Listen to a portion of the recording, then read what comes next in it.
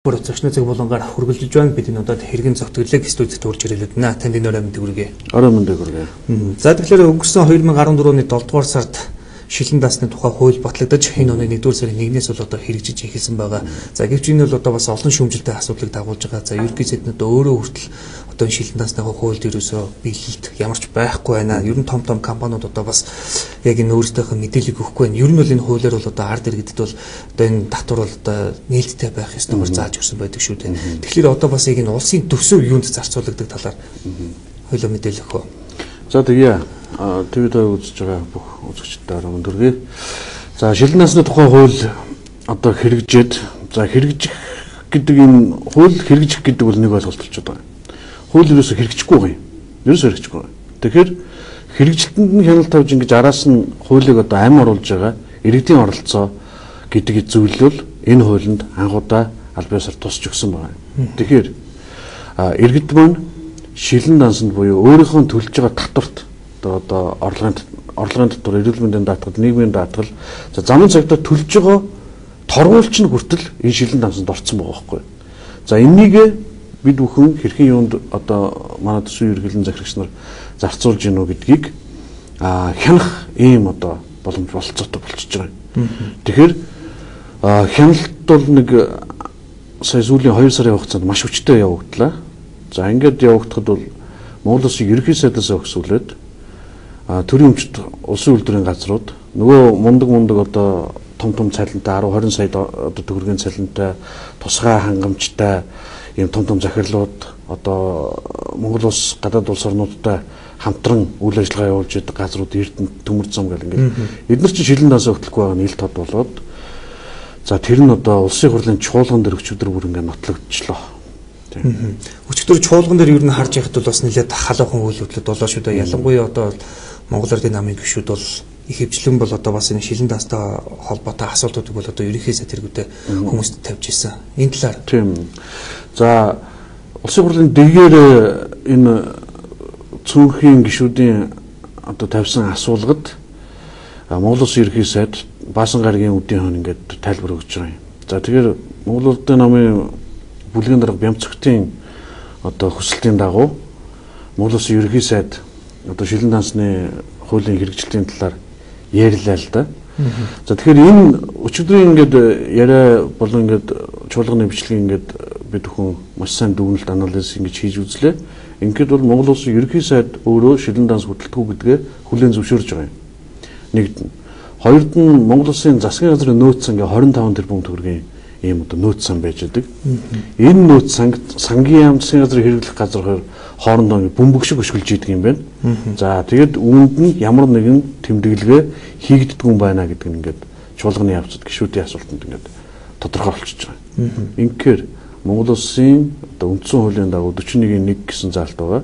Монгол Улсын ерөнхий сайд засгийн газрыг толгойлно. Монгол Улсын хуулийн хэрэгжилтийн биелэлтийг улсын хурлын өмнө хариуцна гэсэн энэ заалт байгаа. Тэгэхээр энэ нь бол одоо зөрчигдөж байгаа нэгэн тодорхой болчлоо өчигдрийн байдлаар. Тэгэхээр үүнийхэн дагуу манай одоо бусад иргэд хуульч нар үндсэн хуулийн цэцэд одоо хандах байх гэж ингэж бодож байна. Түүнээс гадна одоо энэ татвар төлөгчдийн мөнгөийг тийм ээ зориултын бусаар зарцуулсан. Дээр нь шилэн дансаа хөтлөхгүй байгаа энэ аймагуд за улсын өмч төрийн үйлдвэрийн газрууд энэ бүх байгууллагуудыг зориултын бусаар зарцуулсан Монгол улсад их хэмжээний одоо хохирол учруулсан гэдэг үндслэлээр хууль хяналтын байгууллагад хамтгаас өөр аргагүй нөхцөл байдалтай гэж одоо хүрч байна.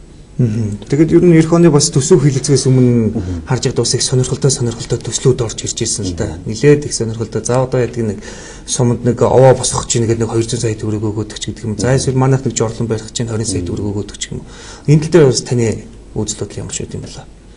Яг ийм байгаамаа. Ерөөсөө Монгол Улсын төсөвчин жишээ нь нэг их 80-аар тасарлаа гэж яриад байгаа. Хөрөнгө оруулалт одоо хичнээн тийм ийм барина гэсэн боловч мөнгө байхгүй гэдэг шалтгаанаар тэд нар ч баригдаж чадахгүй байгаа юм. Сургууль цэцэрлэг одоо өчнөө юмнууд ингээ хүлээгдэд байж. Гэтэл төсвийг одоо юу гэдэг нь өөрсдөө эрх мэдлийн хүрээнд их төлөвлөж чаддаг ийм байгууллагууд нь асар их хэмжээгээр одоо дэмий юмд татвар төлөгчдийн мөнгийг зарцуулж яадаг нь шилэн дансаар ил болчихж байгаа. Жишээ нь би одоо эх 7 хоногт хөгжлийн банкыг авилгатай тэмцэх газар өгөх гэж байна. Гудамж төслийг өгөх гэж байна. За Эрдэс 5-7 компаниг өгөх гэж байна. Эдгээр байгууллагууд жишээ нь хөгжлийн банк чинь 149 тэрбум төгрөгийн жишээ нь векслийн асуудал яригдж байна. Мөн 1.9 тэрбум төгрөгийн векслийн алдангийн асуудал яригдж байна. Энэ бол 1.9 тэрбум гэдэг бол та бидний нөгөө Чингис Бондор өгөх гээд ирээдүйд бидний одоо ингээд төлж байгаа одоо ч төлж байгаа энэ үрийн маань алдангад одоо зориулаад мөнгө гаргацсан байж байгаа шүү дээ. Дээр нь гудамж төслийн асуудлууд байж байна. Тэр нэг аялдаг 90 сая төгрөгөөр одоо долуулаа аялал зугаалсан тухайга ингээд шилэн дансан дээр бичсэн байна. Энэ асуудлыг одоо бойлё. Одоо ингэж дансгалах бойлын найзуудаа тийм үстэй. Энэ чинь ард түмний мөнгө шүү дээ, тий. Дээр нь 5-7 Эрдэс 5-7 компани 5.5 сая тэрбум төгрөг буюу 2.5 сая доллараар хуулийн зөвлөх үйлчилгээ Америкийн компаниас авсан байгаа байхгүй. Тэр мөнгө нь гараа авсан. Тэгэхээр ижил төрлийн чинь Energy Resource Mark ч юм уу те ажнаач гэдэг ийм компаниудаас ингээд та нар хуулийн зөвлөгөөнд хэдэн төгрөг төлт юм бэ гэхээр 5.5 бүр харьцуулахын аргагүй юм байгаа байхгүй. Тэгээд тэднэрт ингээд Эрдэс 5-7 ийм мөнгө шилжүүлж яхаар захирлууд нь бараг ухаалдаж унчих гээд байгаа байхгүй. Арайчтай гүйлгүүдээ наа чинь чи сайн шалгасан уу? Үнэхээр сайн шалгасан. Ялчгүй шилэн дансан дээр ингээд байж байна. Мөнгө авсан Америкийн тэр компанийн нэр усаж байж байна.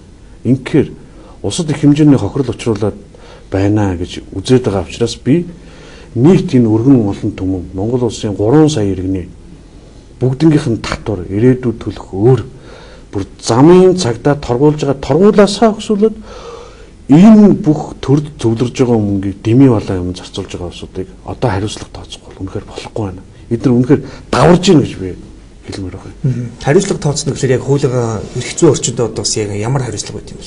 За зөвхөн шилэн дансны тухай хуулиараа хамгийн дээд талынх нь хариуцлага нь төрийн албанд 1 жил хүртэл иргэн ажиллах нөхцөлгүйгээр ажлаас халах байдаг.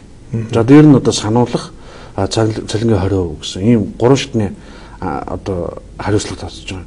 Гэхдээ төсвийн мөнгөний зориултын бусаар зарцуулах, улсад их хэмжээний хохирол учруулах гэдэг энэ зүйлсүүд бол эрүүгийн хуулийн өөр залтууд хэрэглээ авчна. Энэ бол гэмтэргийн шинж чанартай ийм үйл явдлууд байгаа.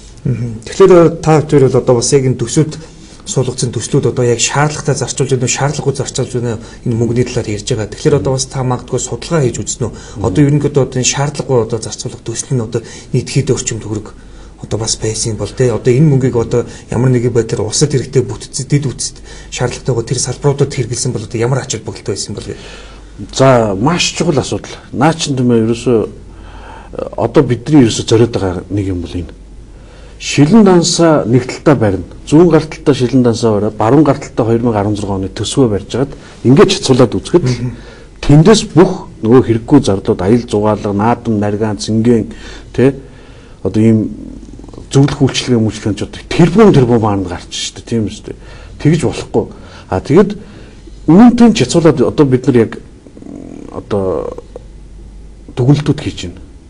За аль нь хэрэгтэй, аль нь хэрэггүй гэдэг иргэдийн зүгээс ингээд төсөвтөө оролцоод төсвийн хилцүүлэгт нь оролцоод их хурлын гишүүдээр дамжуулаад бид нар одоо уламжилж байна.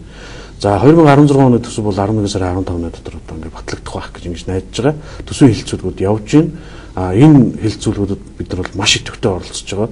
За иргэдийн одоо шахал шаардлагын зүгээс ч тэр ингээд их олон тийм тасгийн барилга, хашаа, хайс одоо нөгөө түрүүн таны хэлээд байдаг тэр өндөрлөг энэ гэсэн энэ асуудлуудыг бол бүгдийн төсвөөс авч байсан.